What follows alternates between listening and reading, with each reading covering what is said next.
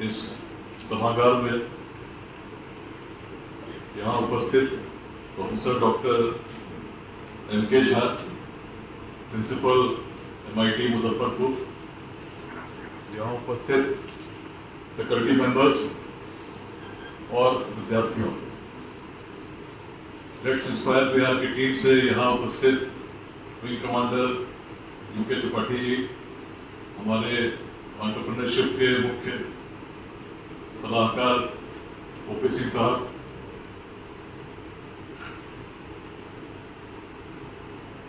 वरिष्ठ पत्रकार कौशिक जी, राजीव रंजन जी, कृष्ण किशोर जी, अभिषेक झा जी, राज रोशन जी और मीना मिश्रा जी। मुझे व्यक्तिगत रूप से आज MIT मुजफ्फरपुर के इस प्रांगण में स्वयं को उपस्थित पाकर बड़ी प्रसन्नता हो रही है, क्योंकि बिहार को जब देखता हूँ, बिहार की जब कल्पना करता हूँ और सोचता हूँ कि बिहार कैसे बदलेगा, तो मुझे बिहार के जितने इंजीनियरिंग कॉलेजेस हैं उनकी भूमिका बहुत महत्वपूर्ण तो दिखती ही है, लेकिन जो पुराने संस्थान बिहार के रहे हैं, मुजफ्फरपुर का MIT हो, भागलपुर का BCE हो, गया इंजीनियरिंग कॉलेज हो, आवाज कुछ तो चेक कर लिए, बार बार मिस हो रहा है आवाज। उसमें मुजफ्फरपुर की भूमिका बहुत महत्वपूर्ण दिखती है। मुझे याद आता है जब IIT कानपुर में पढ़ता था, उस समय IIT कानपुर के सारे कोर्सेज मिला करके 1997 में लगभग 370 या 380 सीट्स हुआ करते थे। अभी प्राचार्य महोदय से जब बात हुई तो मुझे पता चला कि लगभग 800 बीटेक का इंटेक हर वर्ष का है, जो कि एक बहुत बड़ी संख्या है। 800 एक वर्ष में बीटेक के छात्र आ रहे हैं और पास आउट हो रहे हैं, तो एक बहुत बड़ी संभावना इस कॉलेज से निकल रही है। यदि 800 में से कुछ भी सफल उद्यमी इस कॉलेज से निकलते हैं और बिहार में योगदान देने का मन बनाते हैं, तो बिहार के भविष्य में निश्चित ही एक बड़ा परिवर्तन होगा। एक उद्यमी भी बहुत लोगों को न केवल प्रेरित करता है, उनको रोजगार के मार्ग भी दिखाता है।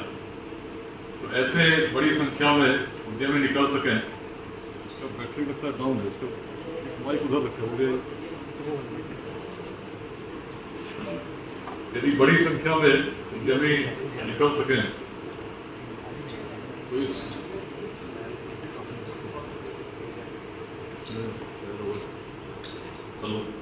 इसमें क्लियर है।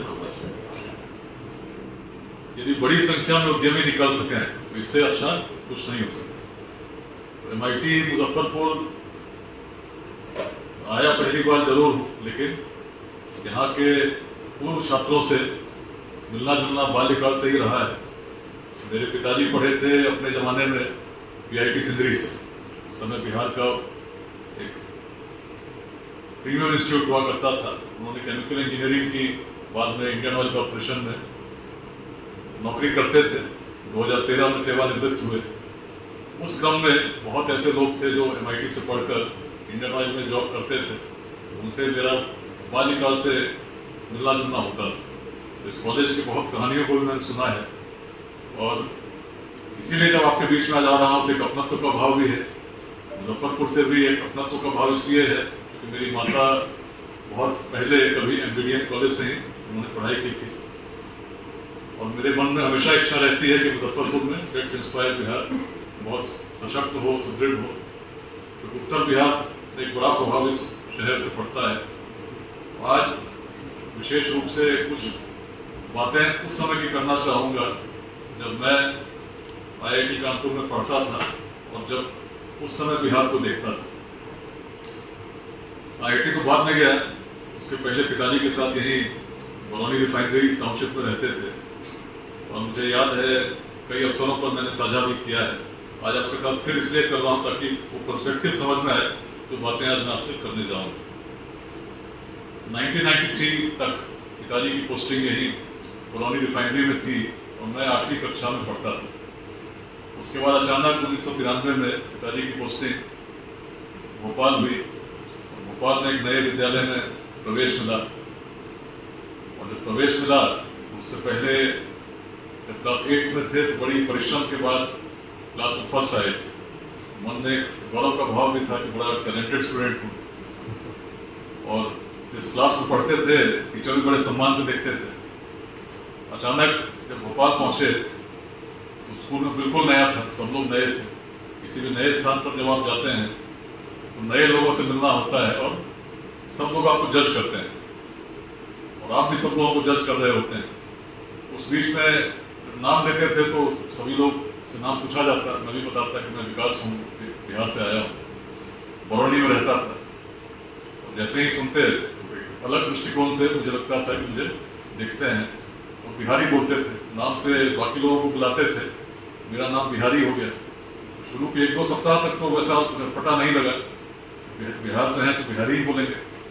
कुछ समय के बाद लगने लगा बिहारी शब्द बोलने के पीछे जो मंशा है ठीक नहीं, कहीं ना कहीं बड़े अपमान के भाव से बिहारी शब्द का प्रयोग होता है। और तब 8th में टॉपर थे, 9th में पढ़ाई करने गए थे, मन में जब पिंच करने लगी, बड़ी इस प्रकार से पिंच करने लगी कि लगने लगा कि बिहारी शब्द तो सम्मान का प्रतीक होना चाहिए, अपमान का सूचक कैसे बन गया। इतिहास में बड़ी रुचि बाल्यकाल से ही रही। उस समय चाणक्य के सीरियल भी टीवी पर आता था, और देखते थे कैसे बिहार से ही अखंड भारत के साम्राज्य का निर्माण हुआ।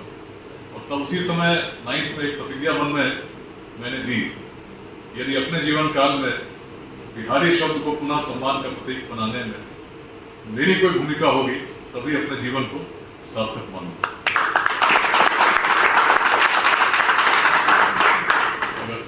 अपने सभी लोग, अधिकांश लोग ऐसे होंगे उस काल में शायद जन्म भी नहीं हुआ होगा, फैकल्टी मेंबर्स जानते होंगे, लेकिन 1993 से लेकर के एक फेज बिहार में चल रहा था, जातिवाद चरम पर था, जातीय हिंसा भी अनेक जिलों में उस समय बहुत उसका गहरा प्रभाव था। मुझे याद है IIT में कुछ छात्र थे जो उस समय IIT में थे, लेकिन नरसंहार जब कभी जहानाबाद में या गया में होता था उनका भी नाम उसमें केस में पड़ जाता था। इस प्रकार का वहाँ समय चल रहा था, और ये तो जनरल समय था। मेरे लिए क्या हुआ, IIT पहुंचे थे तो IIT में गर्मी की छुट्टियों में घर जाना था, और घर जाने के समय अचानक फोन आया कि अभी घर नहीं आना है। पिताजी की पोस्टिंग उस समय फिर से बरौनी रिफाइनरी में थी, और कहा गया था कि अभी घर आना इसलिए नहीं है क्योंकि लगन का समय चल रहा है, और बेगूसराय में मुकामा में पकड़ की शादी होती है। तो यही समय था जब IIT कानपुर में गर्मी की छुट्टियों में, जाड़े की छुट्टियों में रहते थे, वेट करते थे कि भाई लगन का समय खत्म हो तो घर जा सके। और तब उस बीच में कहीं ना कहीं पूरे IIT में AC अगर कहीं चलता था तो लाइब्रेरी में चलता था। लाइब्रेरी में जाना होता, कोर्स की किताबें तो सेमेस्टर में पढ़ते थे, बाकी टाइम कुछ और पढ़ना था। इतिहास में रुचि थी तो चले गए फिलोसफी वाले सेक्शन में, उपनिषदों पे हाथ चला गया। और तब से जीवन में एक बड़ा परिवर्तन उस प्रकार से आया कि अपने लिए जीना मैंने छोड़ दिया। लगा कि कुछ समाज को देना है, कुछ करना है। बाद में नौकरी जर्मनी में भी लगी थी, अलग कंपनी में भी लगी। मन बार बार बिहार को लेकर विचलित होता था, और लगता था कि कुछ करना चाहिए अपने जीवन में। और कोई बहुत बड़े राजनीतिक परिवार से आते थे, और न बहुत बड़े धनाढ्य परिवार से आते थे। पिताजी भी इसी प्रकार इंजीनियरिंग कॉलेज में पढ़े, नौकरी करते थे। मन में इच्छा तो थी, सभी नौकरियों को देखकर उस समय लगा कि सिविल सर्विसेज एक ऐसी नौकरी है जिसमें तैयारी अगर की जाए तो एक यंग एज में एक ऐसे पोजीशन पर आ सकते हैं जहां समाज में कुछ दे सकते हैं। तो इसी बात को लेकर तब मैंने तैयारी की, ईश्वर की कृपा रही, 2003 में IPS बने। उस समय के मन में जो मेरे भाव चल रहे थे, कहीं ना कहीं बिहार में परिवर्तन लाने का था। उसमें अपनी भूमिका को जब देखता कि कम उम्र से भी करना हो, सिविल सेवा में आकर प्रयास करना चाहिए। उसके बाद बिहार आए, अनेक लोगों से संघर्ष भी हुआ। जब कानून को सही तरीके से आप लागू करने की कोशिश करेंगे, बहुत लोग ऐसे हैं जो नहीं चाहते हैं, उससे संघर्ष भी होता, लेकिन मन में कभी ये भाव नहीं आया कि मैं जो कर रहा हूँ क्यों कर रहा हूँ। बगहा में रहे, रोहतास में रहे, जब बगहा रहते तो उस समय मुजफ्फरपुर भी आना होता था। पूरा इस प्रकार का परिवर्तन मैंने देखा जिसको लोग असंभव मानते थे। इसलिए हुआ क्योंकि लोगों से जुड़े, इतिहास की बातें हुई और जो समस्याएं थी पता नहीं कहाँ विलुप्त हो गई। यात्रा चलती रही, एनआईए की बात आई, एनआईए में भी रहे, पटना में रहे, बाद में भागलपुर में रहे। मन में कुछ करने की इच्छा इतनी थी कि वर्ष 2021 में लगा कि केवल यदि स्वयं भी सोचते रहे तो शायद जो डिजायर्ड इम्पैक्ट है वो नहीं हो पाएगा। यदि ऐसे लोग जो बिहार को बदलना चाहते हैं, जिनका अपना स्वार्थ नहीं है, ऐसे लोगों को जोड़कर एक संगठन का निर्माण हो और केवल उसमें बिहार में रहने वाले लोग ही नहीं, बिहार से बाहर भी जो लोग रहते हैं उनको भी जोड़ा जाए तो शायद कुछ बड़ा इम्पैक्ट हो सकता है। मुझे प्रसन्नता है कि आज लगभग 2,25,000 के आसपास की संख्या व्हाट्सएप में है, जिसमें कि बिहार के सभी जिलों में तो है ही, दिल्ली, मुंबई, हैदराबाद, चंडीगढ़, इस प्रकार के शहरों में भी बड़ी संख्या में बिहार के लोग आज जुड़े हैं। अनेक कार्यक्रम हुए हैं। आज इस मुख्य उद्देश्य के साथ आपके बीच में उद्यमिता, इसकी आवश्यकता क्यों? कई बार लोग मुझसे पूछते हैं कि आप तो सरकारी नौकरी में चले गए, बाकी लोगों को आप कह रहे हैं कि उद्यमी बनो, क्यों ऐसा कह रहे हो? बहुत स्पष्टता के साथ इसलिए मैंने पहले बताया कि मेरे मन में उस समय क्या चल रहा था जब बिहार में देखता था, जब मैं पढ़ता था, और मुझे जो लगा उस समय कानून व्यवस्था की जो स्थिति थी उसको सोचते हुए अपने लिए एक दायित्व मैंने चुना कि बिहार में बड़ा परिवर्तन करना है। मेरी नौकरी बड़ी लगी थी, चाहते तो हम भी कुछ कर सकते थे, लेकिन आज जो कर रहा हूँ केवल जो इसके लिए सरकार वेतन देती है नहीं कर रहा हूँ।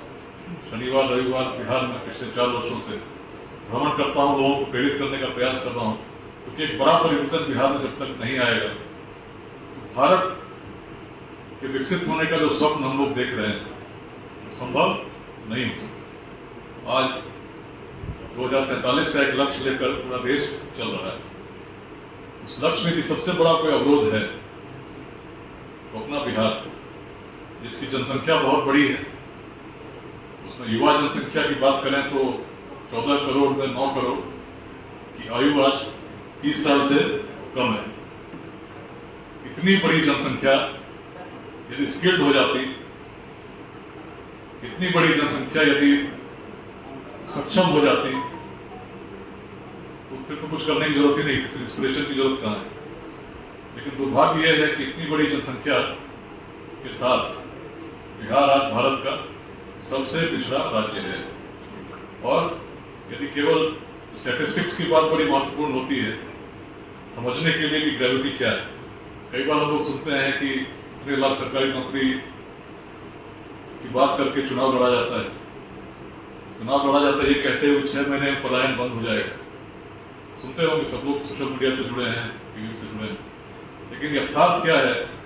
आज बिहार की जनसंख्या 14 करोड़ है और बिहार में पर कैपिटा इनकम की यदि हम बात करें, केवल एक महीने में एवरेज एक व्यक्ति 5,028 रुपये बिहार में आज कमाता है। जबकि आप अगर बाकी राज्यों को देखेंगे भारत के, तो सिक्किम में 48,000 के आसपास है, दिल्ली में 38,000 के आसपास है, 38,000, तेलंगाना में 29,000 के आसपास पर मंथ एक व्यक्ति का पर कैपिटा इनकम, गुजरात में, महाराष्ट्र में, केरल में यदि बात करेंगे तो लगभग 23,000 एक व्यक्ति प्रति माह कमाता है। आंध्र प्रदेश की बात करेंगे तो 20,000 एक व्यक्ति महीने में औसत कमाता है। लेकिन बिहार में आएंगे तो सबसे पीछे, हमसे झारखंड भी आगे है, उत्तर प्रदेश भी आगे है, बंगाल भी 12,000 से अधिक है, सबसे कम 5,000 है। अच्छी बात क्या है? बिहार आज विकसित हो रहा है और भारत के लिए बात करें, पूरे भारत में नंबर 2 बिहार है। सबसे आगे तमिलनाडु है, जिसका ग्रोथ रेट सबसे फास्टेस्ट। जिस तमिलनाडु में आज पर कैपिटा इनकम काफी आगे है, लेकिन उनका ग्रोथ रेट भी 10%। सोचिए आगे कहाँ जाएगा। बिहार के लिए हम बात करते हैं तो हमारा ग्रोथ रेट 9.2% है कांस्टेंट प्राइसेस पे, और अगर करेंट प्राइसेस को दें करीब 14.5%। सभी लोग टेक्नोलॉजी के स्टूडेंट्स हैं, गणित के स्टूडेंट्स रहे हैं। अगर सिंपल मैथमेटिक्स लगा के आप देखें कि इकोनॉमी बढ़ेगी और उसी हिसाब से पर कैपिटा इनकम भी हमारा इंक्रीज करना चाहिए। जरूरी नहीं कि ऐसा ही होगा, लेकिन मान लीजिए अगर करता है और इकोनॉमी भी एक अच्छे ग्रोथ रेट पे चलती है।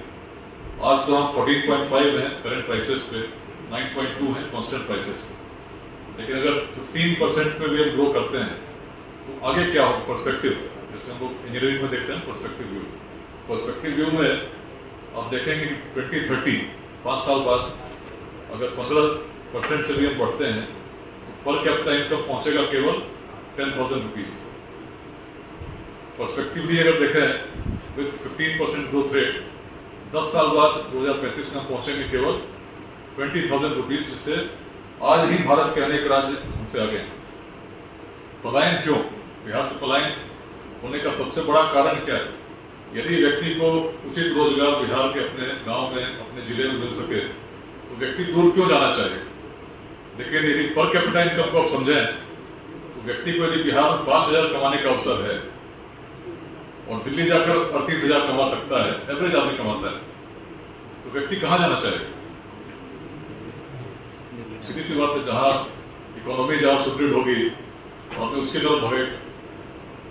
यही सबसे बड़ा कारण है कि आज बिहार में क्यों इतनी बड़ी संख्या में लोग बाहर जाते हैं। आपकी भूमिका क्या हो सकती है? मैं ये नहीं कहूंगा कि आप बिल्कुल बिहार में रह जाइए, यहीं पे संघर्ष कीजिए, ये तो आपका अपना, हर व्यक्ति का अपना ऑप्शन होता है। मैं ये कहूंगा कि सबसे पहले आप सफल हो जाइए। आप जो चाहते हैं, यदि आप चाहते हैं सबसे अच्छी नौकरी भी करना, अच्छी कंपनी में जरूर कीजिए, लेकिन बिहार को यदि बदलना है तो हमें कुछ ऐसे थॉट लीडर्स की जरूरत है, कुछ उद्यमियों की जरूरत है। कारण क्या है? अगर आप सबसे सीधे तरीके से यदि बिहार चलता रहा जैसा चल रहा है तो बहुत बड़ा परिवर्तन आता हुआ नहीं दिखता। 10 साल की बात तो मैंने आपको बताई। अगर 15% ग्रोथ के साथ भी हम बढ़ते हैं तो क्या बिहार बदलेगा? क्या पलायन रुकेगा? चीजें बदली हैं। जब मैं बगहा में एसपी था 2006 में, मुजफ्फरपुर से जाने में 6 घंटा लगता था, बेतिया से बगहा जाने में 3 घंटे लगते थे। रोड की स्थिति थी। आज रोड की स्थिति बहुत खराब नहीं है। यहाँ से बगहा जाने में भी शायद 3.5 घंटे पहुंच जाएंगे। स्थिति में परिवर्तन हुआ है, लेकिन अपेक्षा क्या है कि हर व्यक्ति को हम रोजगार दे सकें। संख्या है 14 करोड़, तो 9 करोड़ की आयु 30 साल से कम। एक बड़ा डेफिसिट है, एक बड़ा गैप है बाकी राज्यों में और बिहार में, और इसको पूरा करने का दायित्व कहीं न कहीं हर बिहारवासी पे है कि नहीं? यदि हम विदेश में जाते हैं, नौकरी करते हैं, किसी अन्य राज्य में उद्योग लगाते हैं, फिर मन तो कहीं न कहीं बिहार में बसा ही हुआ है। ऐसे में हम क्या योगदान कर सकते हैं, बड़ा महत्वपूर्ण। और बिहार को यदि विकसित होना है तो सरकारी नौकरियों से बिहार विकसित हो सकता है। यदि पूरा प्रयास भी कोई करेंगे तो सरकारी नौकरियां कितनी दे सकते हैं? आज बिहार की यदि बात करेंगे तो लगभग 23 लाख सरकारी नौकरियां के आसपास है बिहार में। 23 से 21 लाख बीच की संख्या बढ़ती घटती रहती है, लेकिन लगभग यही संख्या है। और भी इसमें जोड़ दें, कोई बहुत प्रयास करेंगे 1% 2% तक जा सकते हैं। लेकिन यदि वास्तव में बिहार में रोजगार उत्पन्न करना है, उद्यमिता के अलावा, नया उद्योग लगाने के अलावा दूसरा कोई तरीका नहीं हो सकता। अब उद्योग आएंगे कैसे? बाहर के लोग बिहार में इन्वेस्ट करना चाहेंगे क्या? चाहेंगे यदि इकोनॉमी उतनी बड़ी हो, सुदृढ़ हो, आराम से निर्भर, प्रमुखता तो है ही, सरकारी सिस्टम बड़ा ट्रांसपेरेंट हो, वन वे सिस्टम हो, ज़्यादा हैसल्स नहीं हो, प्रॉफिट पूरा हो, तो व्यक्ति चाहेगा, क्यों नहीं आएगा? लेकिन बिहार में ऐसा है क्या? ऐसा परसेप्शन है क्या? हम सभी को सोचना होगा। बाहर से तो लोग आएंगे। दूसरी बात, जो बाहर से नहीं आते तो बिहार के लोग जो बिहार से बाहर असफल हैं वो आएंगे क्या? मुझे प्रसन्नता यही है कि लेट्स इंस्पायर बिहार इस अभियान को जब से हम लोगों ने शुरू किया तो अनेक ऐसे बिहार के लोग जो आज बाहर हैं आए, प्रयास भी करे। मुजफ्फरपुर में भी आए हैं, उन्होंने स्टार्टअप लगाया, शुरू कर रहे हैं।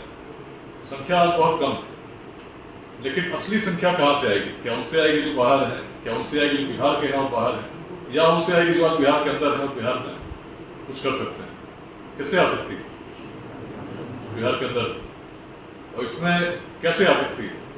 तभी आ सकती है यदि, अब जैसे किसी के पास ऑप्शन हो कि वो नौकरी करेंगे, तो हम कहेंगे नौकरी कीजिए, आप 4 साल 5 साल का अनुभव दीजिए, अच्छा लगता है कंटिन्यू कीजिए। लेकिन अगर कुछ संभावना दिखती है कि हम एक अच्छे उद्यमी बन सकते हैं,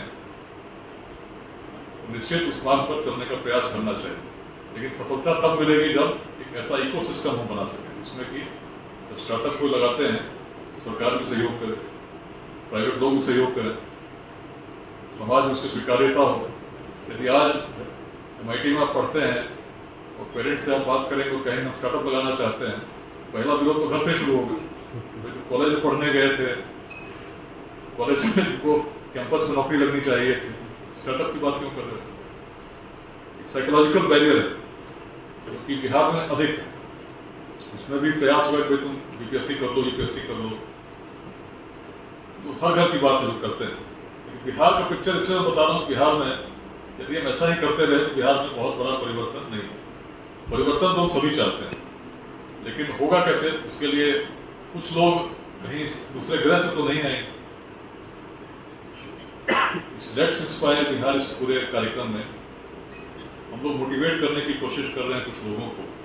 एक एम अभी जो पर्सपेक्टिव में हमारा है 2028 तक हर जिले में कम से कम ऐसे 5 स्टार्टअप्स लग जाएं, जिसमें प्रत्येक में 100 लोगों को रोजगार मिलता है। 3 अभी तक लगे हैं, और तीनों जो लगे हैं सर्विस सेक्टर में, बेगूसराय में है, छपरा में है और एक पटना में, और सर्विस सेक्टर से ही लोग दे रहे हैं। एक एक्चुअल स्टार्टअप जिससे बिहार बदलेगा सर्विस सेक्टर में भी लगने चाहिए। मैन्युफैक्चरिंग एक बड़ा सेक्टर है, एग्रीकल्चर एक बड़ा सेक्टर है। हमें सोचना होगा, थोड़ा अलग सोचना होगा कि कैसे हम लगा सकते हैं।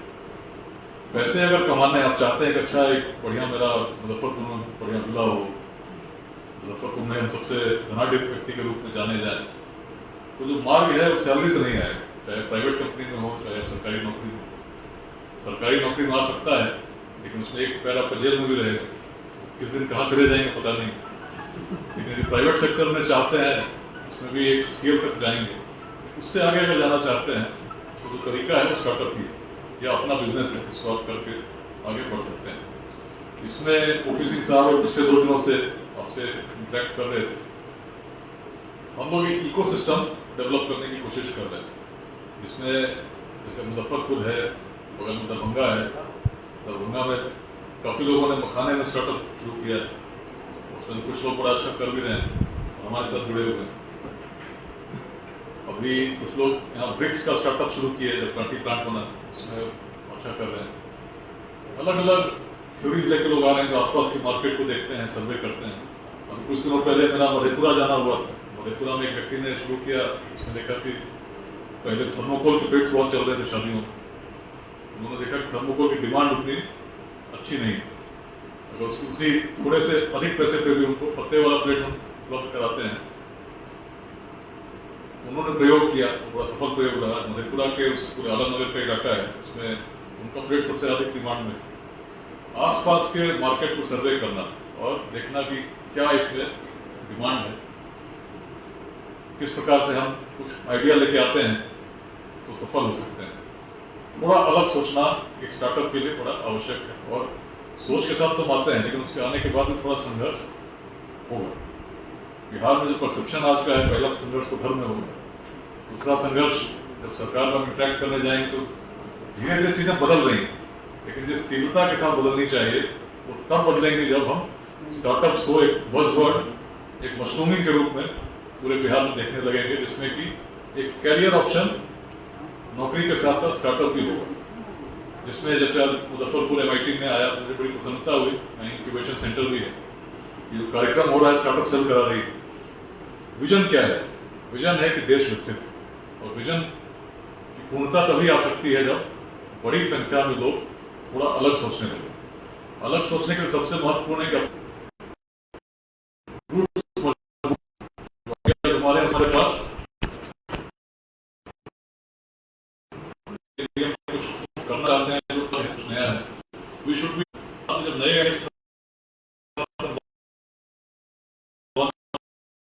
होते हैं, जितने भी बड़े ब्रांड्स बने पूरे विश्व में, शुरुआत उनकी छोटे से एस्टैब्लिश की तो विश्व प्रसिद्ध हो गए।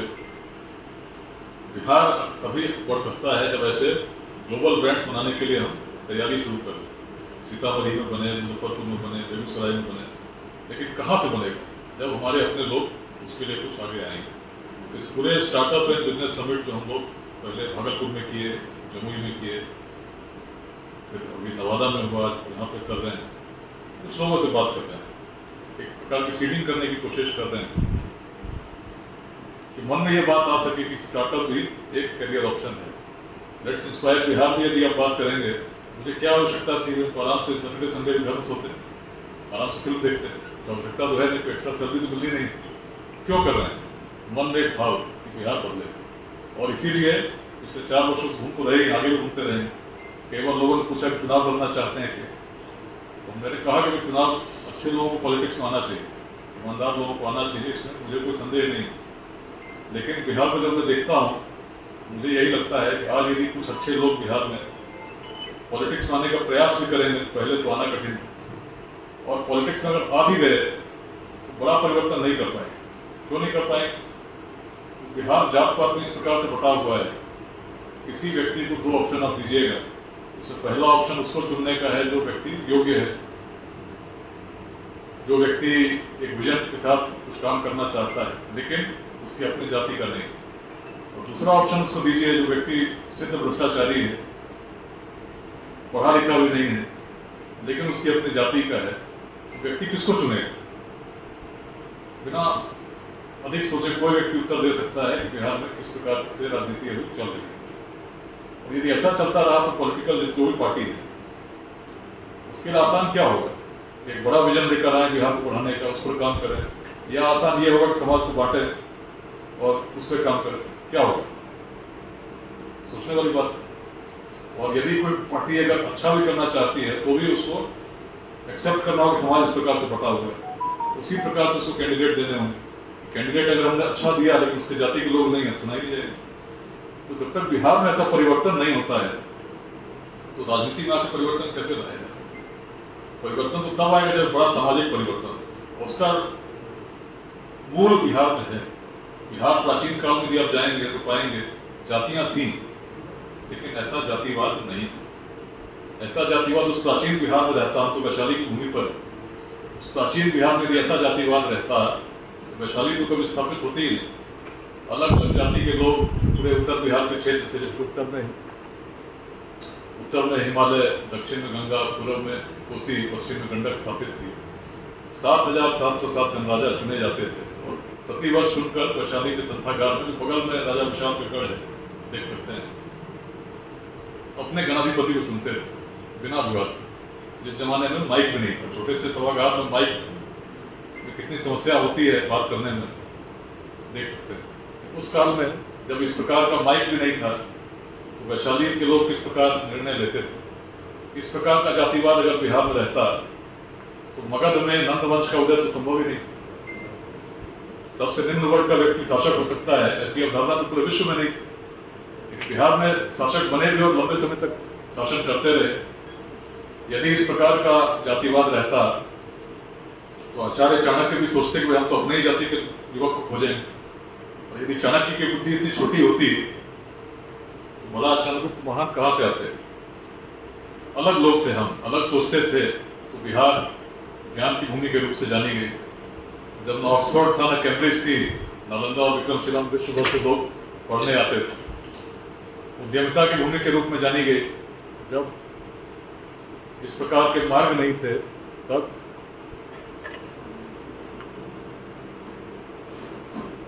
जिस समय इस प्रकार के मार्ग नहीं थे तब विश्व भर से लोग चंपा में व्यापार करने आते थे, जिसके अवशेष आज भागलपुर में पड़े। तो समझने वाली बात यही है कि हम कुछ अलग कर रहे थे तो अलग कीर्तिमान स्थापित कर रहे थे। अखंड भारत की हमने स्थापना की, विश्वविद्यालय हमने दिए, विश्व को हम लोगों ने शून्य दिया जब अलग सोचते थे। आज उसी बिहार में यदि हम जाति से ऊपर नहीं सोचेंगे तो कहाँ बिहार बदलेगा? तो इस लेट्स इंस्पायर बिहार अभियान में हम लोग जो 3 मंत्र हैं, शिक्षा, समता और उद्यमिता, तीनों का अपना ही महत्व। शिक्षा की यदि बात करें तो हम लोग आज लोगों को इसलिए जोड़ रहे हैं कि भाई अपने इलाके के आसपास को देखिए, आसपास में आप क्या कर सकते हैं, आसपास में आप किस प्रकार से परिवर्तन ला सकते हैं, इस पर जब हम लोग काम कर रहे हैं तो बहुत सारे संस्थान, बहुत सारे व्यक्ति आसपास के बच्चों को जो सक्षम नहीं है उनको पढ़ाने के लिए भी सामने आए। आज 14 जिलों में 27 केंद्रों पर निःशुल्क पाठशालाएं चल रही हैं, जिससे 22 पाठशालाएं महिलाएं चलाती हैं। उद्देश्य क्या है कि अगर बड़ी संख्या में इस प्रकार से लोग योगदान करने लगे जब हम IIT में पढ़ते थे, हो सकता है आपके आसपास भी ऐसा चलता हो, तो हम लोगों ने विद्यार्थियों ने तय किया कि आसपास के जो विद्यालय हैं गांव के, उनके बच्चों को हम लोग एक्स्ट्रा क्लासेस देंगे। और शिक्षा सोपान आप आज वेबसाइट पर सर्च कर सकते हैं। वर्ष 2000 में हम लोगों ने शुरू किया था, मैं 2001 में पास आउट हुए थे। एक बड़ा रूप उसने ले लिया। उस समय हम लोगों ने 2 गाँव से शुरू किया था और लगभग 24 गाँव IIT कानपुर के आसपास उसमें IIT के स्टूडेंट जाते हैं और पढ़ाते हैं अपने खाली समय में। कुछ प्रयास करने का, जब हम इस प्रकार की भावना के साथ काम करेंगे, निश्चित है कि नई चीजें होंगी। और शिक्षा के क्षेत्र में जैसा मैंने कहा 27 केंद्र चल रहे हैं। जाति संप्रदाय से ऊपर उठकर समाज को जोड़ने के लिए हम लोग प्रयास कर रहे हैं। लेकिन सबसे बड़ा परिवर्तन, जो बड़ी छलांग बिहार को लगानी है, तो मैंने बहुत स्टैटिस्टिक्स में कहा 10 साल भी यदि हम 15% से बढ़ते हैं तो वहां नहीं पहुंचते जहां हम पहुंचना चाहते हैं। और 15% से बड़ा ग्रोथ रेट बड़ा कैसे आएगा? 15% से बड़ा ग्रोथ रेट कैसे आएगा? जब कुछ नया होगा, जब कुछ बड़ा परिवर्तन होगा, जब जगह जगह पर, हर गांव में, हर पंचायत में कुछ नई सोच के साथ कुछ नया क्रिएट करने का लोग प्रयास करेंगे। तो ये एक विजन है जिसमें हम कर सकते हैं। व्यक्तिगत रूप से मेरा एडवाइस है, पहली बात, यदि हम सफल होना चाहते हैं, नौकरी में भी सफल होना चाहते हैं, तो अच्छे से पढ़ाई करेंगे, अच्छे से ज्ञान को अर्जित करेंगे, तभी तो कुछ करेंगे। अभी रास्ते में हम आ रहे थे, किसले जी रास्ते में एक बात इन्होंने कही। इन्होंने कहा कि आपको, आपके साथ बराबर घूमते हैं, लोग देखते हैं, बड़े यूथ आते हैं, बोलते हैं आपको IG साहब के साथ घूमते हैं, क्या आपको सिपाही में दरोगा नौकरी लगवा सकते हैं क्या? इन्होंने कहा कि यदि ऐसा कर सकते तो हम खुद ही पहले नौकरी लगवा लेते। सोच बदलनी होगी, सोच बदलनी होगी, और केवल नौकरियों से बिहार का कल्याण नहीं। जो व्यक्ति ऐसा पूछ रहा है कि आप नौकरी लगा सकते हैं क्या, शॉर्टकट्स, तो उसमें यदि वो व्यक्ति योग्य हो जाता, स्वयं पढ़ लेता अच्छे से, तो क्या नौकरी मांगने वाला होता? यदि अच्छे से ज्ञान अर्जित कर लेता, आसपास के लिए विजन डेवलप कर लेता, तो जॉब क्रिएटर बन जाता, दूसरों को नौकरी दे सकता था। मन में उसके अंदर कहीं ना कहीं द्वंद है कि नौकरी चाहिए। उसका सबसे बड़ी अड़चन है कि उसने पढ़ाई कभी की नहीं। अगर पढ़ाई ठीक से की होती तो विजन उसके अंदर आ जाता। तो हम लोग बिहार में प्रयास यही कर रहे हैं। विद्यालय में भी जाता हूँ, महाविद्यालय भी जाता हूँ, जॉब सीकर्स तो रहते ही हैं, लेकिन बड़ी संख्या में जॉब क्रिएटर्स हम बिहार में बना सके, तभी बिहार में सीडिंग हो सकती है, जो क्रांति हम लोग देख रहे हैं उद्यमिता की। अभी 24 अगस्त को पटना के विद्यापति सभागार में हम लोग स्टार्टअप समिट करने जा रहे हैं। आपको भी मैं आमंत्रित करता हूँ, बड़ी संख्या में लोग आइए। बिहार के बाहर अलग अलग कार्यक्रम हम लोग करते रहे हैं, इसलिए करते रहे ताकि बिहार के जो लोग बाहर हैं, सफल हैं, सक्षम हैं, उनका सहयोग इस इकोसिस्टम को बनाने में मिल सके। पिछले 4 वर्षों से दिल्ली में हम लोग कार्यक्रम कर रहे हैं, जिसका पहला कार्यक्रम 2021 में हुआ, बिहार एंटरप्रेन्योरशिप कॉन्क्लेव, जिसमें बिहार के जितने भी उद्यमी थे, जिनको हम जान सके, उनको हम लोगों ने आमंत्रित किया और बड़े अच्छे से बिहार के लिए विजन हम लोगों ने तब तैयार किया। दूसरा कार्यक्रम त्रिमूर्ति भवन में किया। तीसरा कार्यक्रम बिहार का NDMC में हम लोगों ने बिहार एट 2047 विजन कॉन्क्लेव शुरू किया। पिछले बार उसका सेकंड वर्जन हम लोगों ने किया भारत मंडपम में, बड़ी संख्या में लोग जुड़े। और इस बार हम लोग बिहार एट 2047 विजन कॉन्क्लेव करने जा रहे हैं बेंगलुरु में। बेंगलुरु में IT सेक्टर से बहुत लोग जुड़े हैं, उन लोगों को जोड़कर हम लोग इस बार कार्यक्रम करें। दिल्ली का कार्यक्रम इन्होंने बताया हम तालकटोरा स्टेडियम में करें। पिछले बार 4 साल होने पर बापू सभागार में हम लोगों ने कार्यक्रम किया। ये सभी कार्यक्रम किसी वैसे कार्यक्रम नहीं है इसमें लोग कहाँ से आ रहे हैं। 5 कार्यक्रम लोग नमस्ते बिहार किए, जो खुले मैदान में लोगों के साथ इसलिए किया कि इस विजन को हम लोग समझा सकें। पहला कार्यक्रम बेगूसराय में हुआ था 2023 के 10 दिसंबर को। 50,000 से अधिक लोग आए थे अपने साधन से, किसी के लिए कोई व्यवस्था नहीं की गई। रोहतास में हुआ, आरा में हुआ, छोटा में हुआ, अभी हाल में वैशाली में हुआ। लोगों को हम लोग जोड़ने का प्रयास कर रहे हैं, क्योंकि जो विजन है बिहार के लिए तभी सफल होगा जब हर गांव तक, हर जाति, हर समुदाय के लोगों को हम लोग जोड़ सकेंगे। इस भाव के साथ जब अधिक से अधिक लोग जुड़ेंगे, जिसमें उनका स्वार्थ नहीं हो, उस बिहार को करने का विजन, यदि नौकरी स्वीडन में भी करते हैं, लेकिन अपने गाँव के पंचायत से जुड़कर पंचायत में योगदान देने की एक दृष्टि हो, निश्चित है बिहार बदलेगा। इसमें आपका साथ भी चाहिए, और साथ में जितने फैकल्टी मेंबर्स हैं, आपके ऊपर बिहार का बहुत बड़ा भविष्य आश्रित है। इस रूप में मैं देखता हूँ 800 लोग निकलते हैं प्रति वर्ष। बीटेक एमटेक की संख्या और होगी, डॉक्टरेट की संख्या और होगी। यदि कुछ जो अच्छे टैलेंटेड स्टूडेंट्स हैं आइडियाज़ लेकर आए और आइडियाज़ के साथ अच्छा काम करें, निश्चित बिहार में उससे बड़ा योगदान और कुछ नहीं हो सकता। मैं पढ़ा IIT से था, आज मेरे साथ जितने लोग निकले थे, वो विंग में देखते हैं, विंग में रहते थे, 24 लोग एक विंग में थे।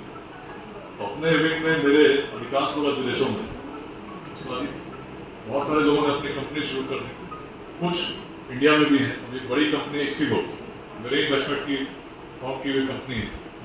बहुत सारे ऐसे लोग हैं जो अलग अलग कंपनी चला रहे हैं। D2DX नोएडा में चल रहा था, मेरे इन्वेस्टमेंट की, सब एक साथ हम लोग पढ़े।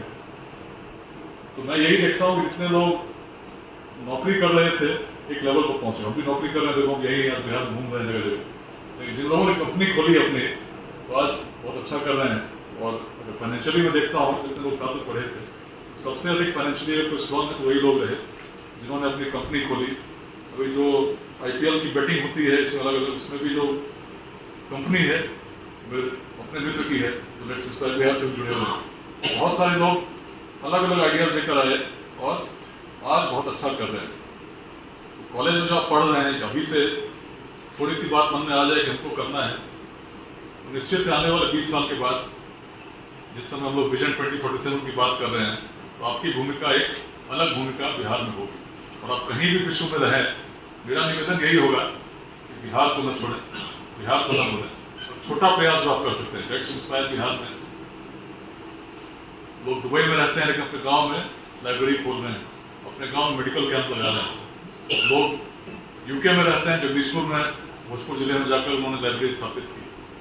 बहुत सारे लोग अपने गांव के विद्यालयों से जुड़ रहे हैं। किसी को कुछ करना नहीं है, किसी को कुछ बनना नहीं है, ये स्वप्न है कि बिहार आगे बढ़े। हर व्यक्ति कहीं न कहीं उससे पीड़ित होता है जब बाहर जाता है और देखता है बिहारी शब्द सम्मान का प्रतीक पुनः कैसे बने, जैसा प्राचीन काल में कभी था।